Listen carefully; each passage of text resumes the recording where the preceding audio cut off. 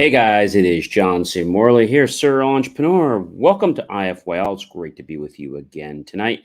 As I know, we're almost into the wee hours of, we're into the wee hours of Wednesday morning. There's a QR code at the top right. Just use your phone, point to that QR code, and scan it, and that'll take you over to my link tree. If you're having trouble getting there, just go to Believe, Believe, me, M-E, Achieve, ACHIEVE.com. That'll get you to my link tree with lots of great information for you, including something you definitely want to check out, which is John's Daily National Day video, JCM Academy TikTok, and there's so many other great things like a science channel, a coaching channel for business, and super motivational channel. So definitely check all that stuff out. There's so much wonderful stuff there, and I know that you are definitely going to want to check that out. So every week, ladies and gentlemen, we start with a master topic on Saturday, and we end on Friday, and so it's a 7-day set.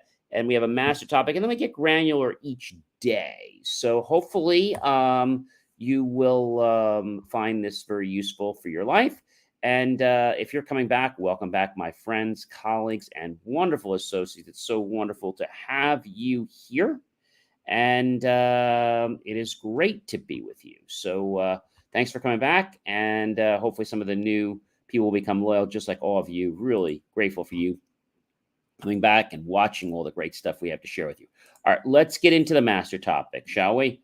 Our master topic for tonight is how and why to be responsible. All right, so we've been talking about responsibility as we started this whole master set, but what are different types of responsibility? Let's talk about, we talked about money the other day. So the one I want to talk about today is what is environmental responsibility. Okay. And so environmental responsibility is the duty of a business or a consumer to prevent and alleviate environmental damage that may be caused by any activities. It's not just commercial. It could be throwing out your trash. It could be things you're doing, but mostly it's commercial, but it doesn't have to be commercial. And so a growing number of institutional investors evaluate a company's environmental responsibility efforts before they'll even invest with them. So that is pretty good. So examples of environmentally good companies. For example, if you remember what happened a while ago, I'm not going to mention the name of the company, but it was toward the earlier part of the alphabet. And there was an issue where the person steering the barge was basically asleep at the wheel, drunk, etc. And he ran the barge ashore and caused all kinds of damage, and all kinds of oil leaked all over the waterways. So that was a big, big problem, right? And so not only was it expensive to clean up the mess, okay, for that situation. If we had to think about it, how expensive was the cleanup of that mess? Well, that was the Valdez Cleanup. I'm sure you guys remember it. It costed over the exceeding number of 7 billion. The cleanup alone costed in the region of 2.5 billion, and the total costs, including fines, penalties, and claim settlements, have been estimated as much as over 7 billion. Now, the thing you have to realize is that it wasn't just that caused the problem. So the corporation put this cost of cleanup at 1.28 billion, which seemed to be a big catastrophe, but it was more than that because they had the fines, the people they had to pay back, and the cleanup fees. But you know what they also didn't factor in?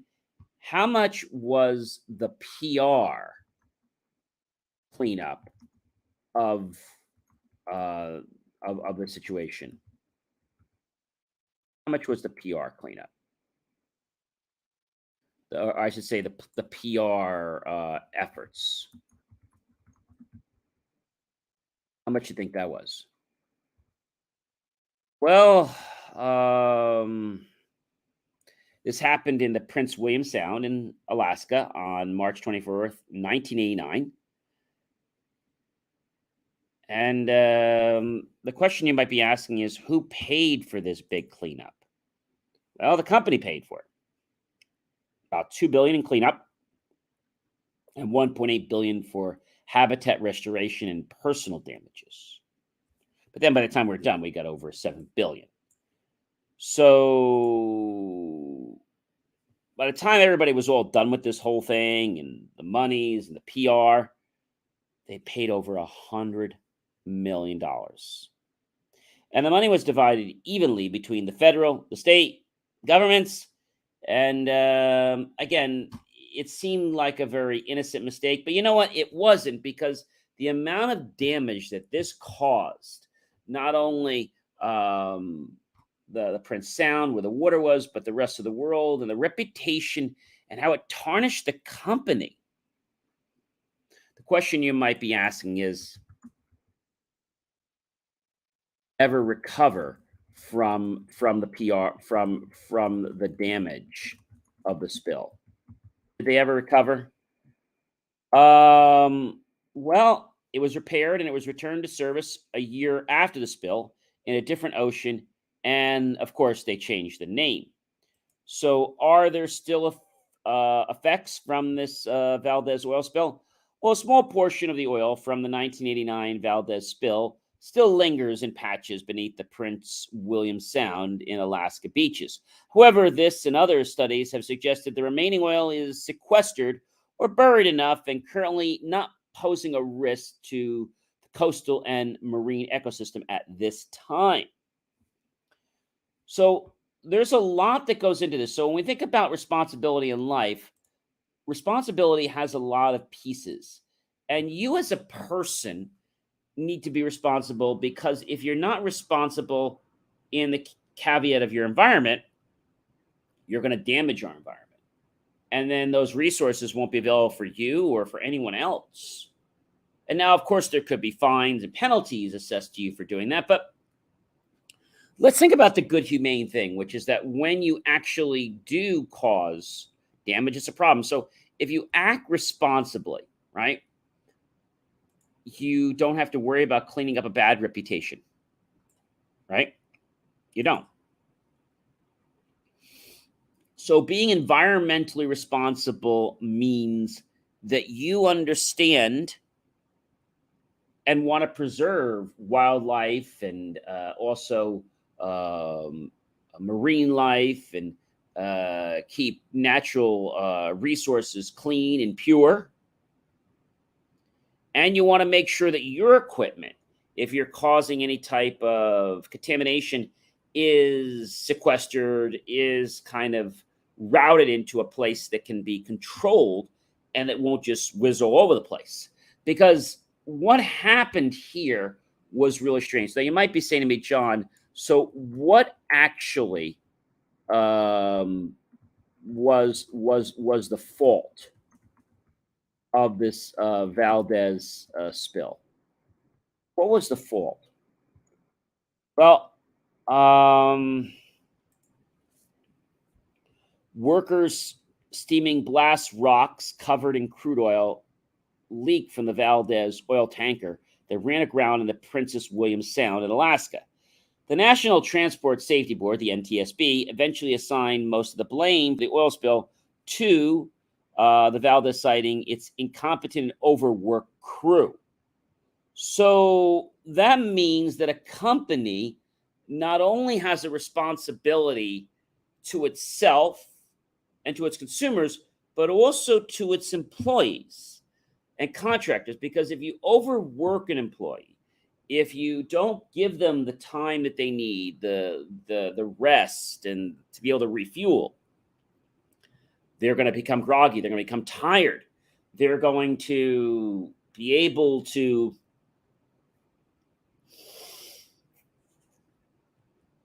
get in all kinds of trouble, right? Who would have known that this would have happened? Pretty amazing, right? So Hazelwood, who was found guilty of the negligence for his role in the massive oil spill in the Princess William Sound in 1989, successfully argued that he was entitled to immunity from prosecution because he had reported the oil spill to authorities 20 minutes after the ship ran aground. Okay, so it looks like he did take some responsibility, but the company still overworked him, right? And the Alaska Court of Appeals overturns the conviction of Joseph Hazelwood, the former captain of the oil tanker for the Valdez tanker that they had, um, who was found guilty of negligence for his role in the massive oil spill in the Princess William Sound. He successfully argued that he was entitled to immunity from prosecution because he had reported the oil spill to authorities 20 minutes after the ship ran aground. Now, the Valdez accident on the Alaskan coast was one of the largest environmental disasters in American history and resulted in the deaths of 250,000 seabirds, thousands of sea otters, seals, and precious hundreds of bald eagles and countless salmon and herring eggs that could never hatch. The ship was 1,000 feet long, and it carried 1.3 million barrels of oil. And they ran around the ground. Yes, the ship ran aground. I mean, I think that is just, I think that's terrible, what happened. And this accident on the Alaskan coast was one of, like I said, the largest, ladies and gentlemen, the largest environmental disasters in American history. Okay. And the 1,000-foot long ship carried the 1.3 million barrels of oil, ran aground on the Bligh Reef on March 24th, 1909, after failing to return to the ship's lanes, which it had maneuvered out to avoid icebergs. It later came to light that several officers, including Captain Hazelwood, had been drinking at a bar the night the Valdez left port. However, there wasn't enough evidence to support the notion that the alcohol impairment had been responsible for the oil spill. Rather, the poor weather conditions and preparation combined with several incompetent maneuvers by the men steering the tanker were deemed responsible for the disaster. Captain Hazelwood, who had prior drunk driving arrests, had a spotless record as a tanker captain before the Valdez accident. Now, the company compounded the environmental problems caused by the spill by not beginning the cleanup effort right away. In 1991, a civil suit resulted in a $1 billion judgment against them. However, years later, while their appeal remained backlogged in the court system, the company still hadn't paid the damages. The Valdez was repaired and had a series of different owners before being bought by a Hong Kong-based company, which renamed it the Dongfang Ocean. It once again made headlines in November 2010 when it collided with another cargo ship off of China. So I think we can clearly state that it could have been the men's issue, it could have been construction issues, but the fact that it happened again, does that mean that the other companies are treating their employees and contractors bad? This is interesting. And I know several companies, I'm not going to mention their names, three-letter companies, and they run their employees and contractors in the ground, and they make them useless and tired, and they're slave driving. They make them do what they can so they can get the buck out of them, but they don't care if they harm them or hurt them or, cause them to give all they have. Company doesn't care. And I want to end with a story. I knew a good friend of mine who was a very, very conscientious driver and a good employee. Well, one night, he was traveling to visit some family and friends down in, I believe it was near Atlantic City. And so he was driving down the Garden State Parkway. And when he was driving to the Garden State Parkway, he had a good, 2.5 hour drive or so without traffic. There wasn't any traffic. But an hour or two later, his family gets a call, not from him, but from a local hospital. He was about 20 minutes from his family that he was supposed to be with. And what happened was he was tired. And he got into an accident because he didn't have the rest. I can't say this enough, ladies and gentlemen. If you're on the road and you're tired, get off the road. Okay. If you're doing a job and you're tired, I don't care if it's using some heavy machinery and you're tired, stop. Your life, ladies and gentlemen, is too precious, is too important. And if your employer or person you're working for does not respect you enough to care about your life and your well-being, you need to, as an individual, say, I'm not working. Because what happened is this person worked for a very large oil company, was a top vice president in the company of sales. And within, I'm going to say a week or so, now he was driving a company car. He let the company know, obviously, he was in an accident. He was using a company car. And he leaves the hospital.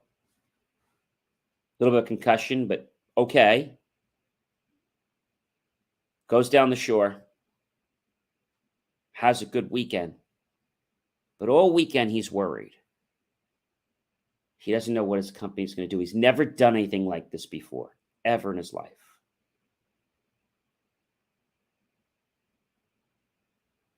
It was a special weekend. They were celebrating some family birthdays.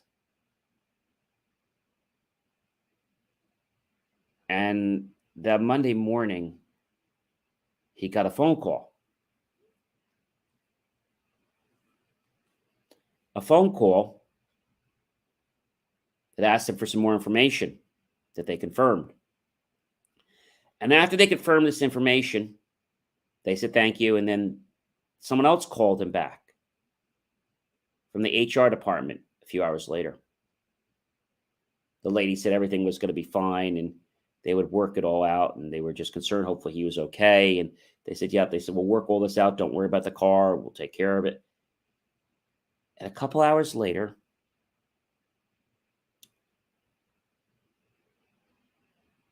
the head of HR calls him and says,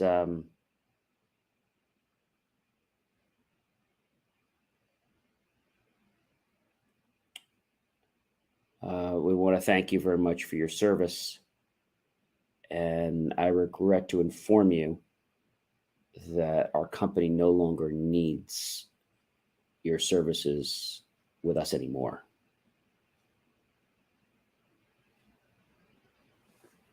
Wife, couple kids,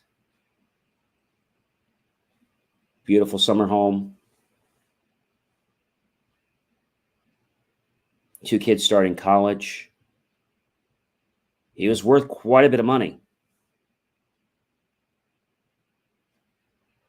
And the first thing that happened is he wasn't getting the company car back. They took that back, obviously. And he called them back the next day. He asked to speak to the head of HR, and they weren't available. So he thought the best thing to do would be to go in person. So he went to their corporate office where they were located, walked into the head office, and he said he'd like to see someone from the management team. He goes to meet with somebody from the management team, and they're all very nice and friendly with him. Would you like a cup of coffee? Would you like something? He said, can I talk to you for a minute? He said, yeah, sure. I went to the room, and he says, Are you okay? Is everybody okay? He says, yeah, I'm fine. Everything's fine. Yeah, that was a bad accident. I'm so sorry. We're just glad you're okay. And can't wait to get you back.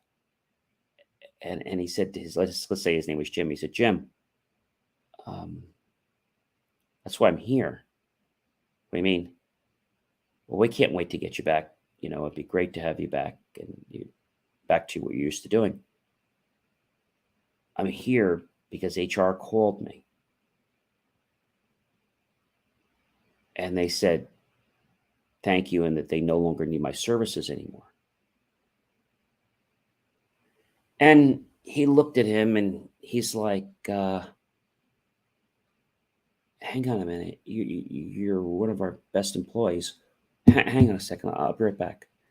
So he goes down to HR and he brings the HR person into the room with himself and the previous employee.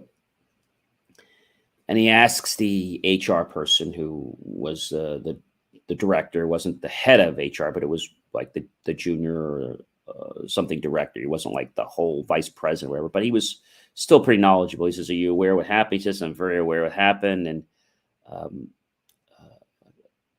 when is he coming back? And the guy says he's not. He says, "You're gonna get rid of a man that was with us for so many years, that put his life, his sweat, his tears, and helped us make some of the millions that we made."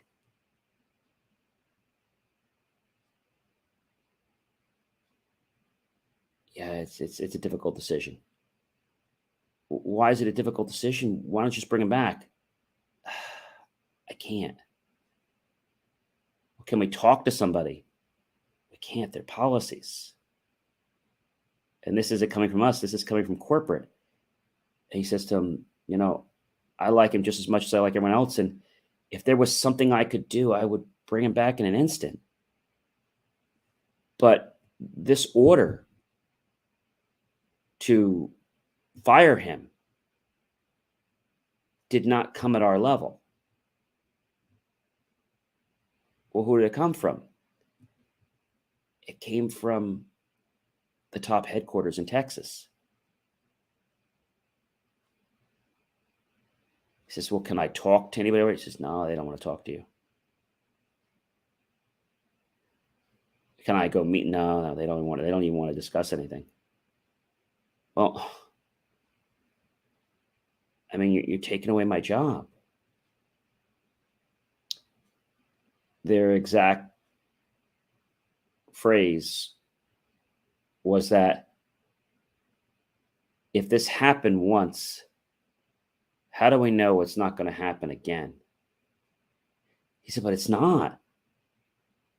I know that. It was a one-off thing, and I've been getting pushed too much. I mean, you guys, you've been overworking me. I know we've been overworking you. There's nothing we can do. Nothing. And he shook his hand and he says, thank you. And I'm really sorry that we can't bring you back. We have people arrested and they're brought back in a couple weeks to a month. And you did something that wasn't even criminal.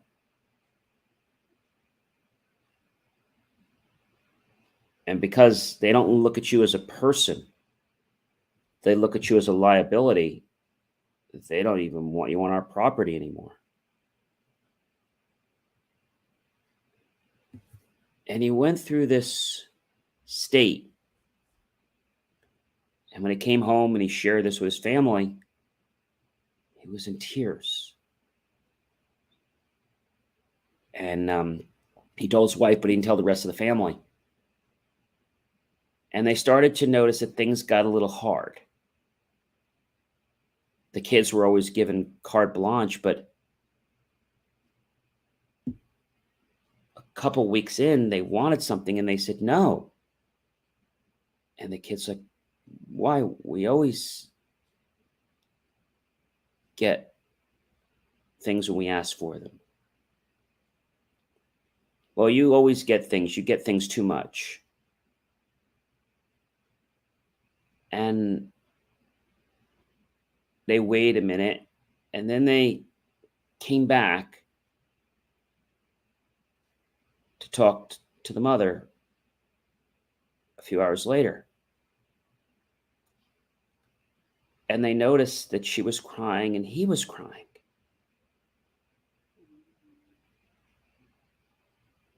And they waited till they stopped crying. And then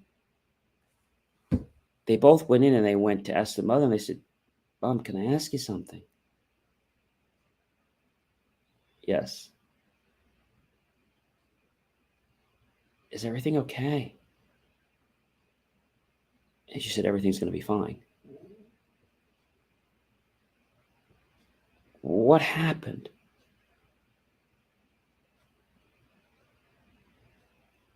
And she said, it's not your fault. It's none of you guys' faults.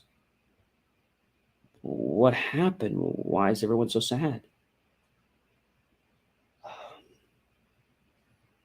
Your dad was the vice president of XYZ Corporation. You said was. That's right.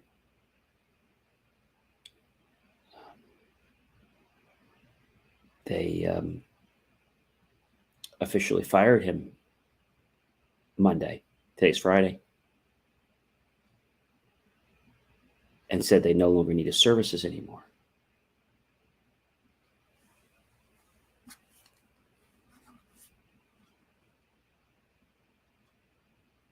And right now, your father's trying to figure out where to go from here. Who's going to hire him?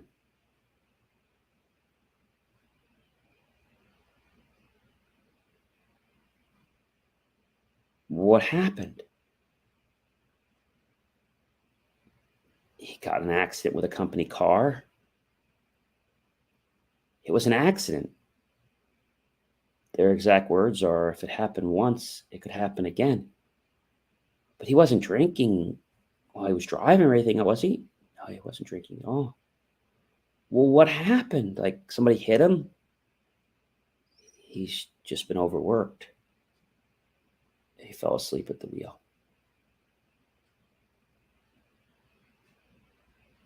And the kids cried.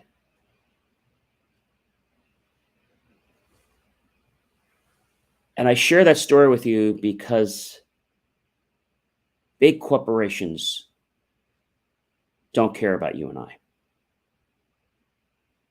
They care about their money.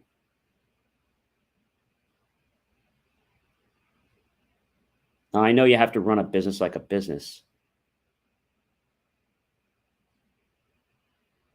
but I felt very bad for my friend when I heard that. You might be wondering, did he get another job? He did. But about half the salary of what he was making.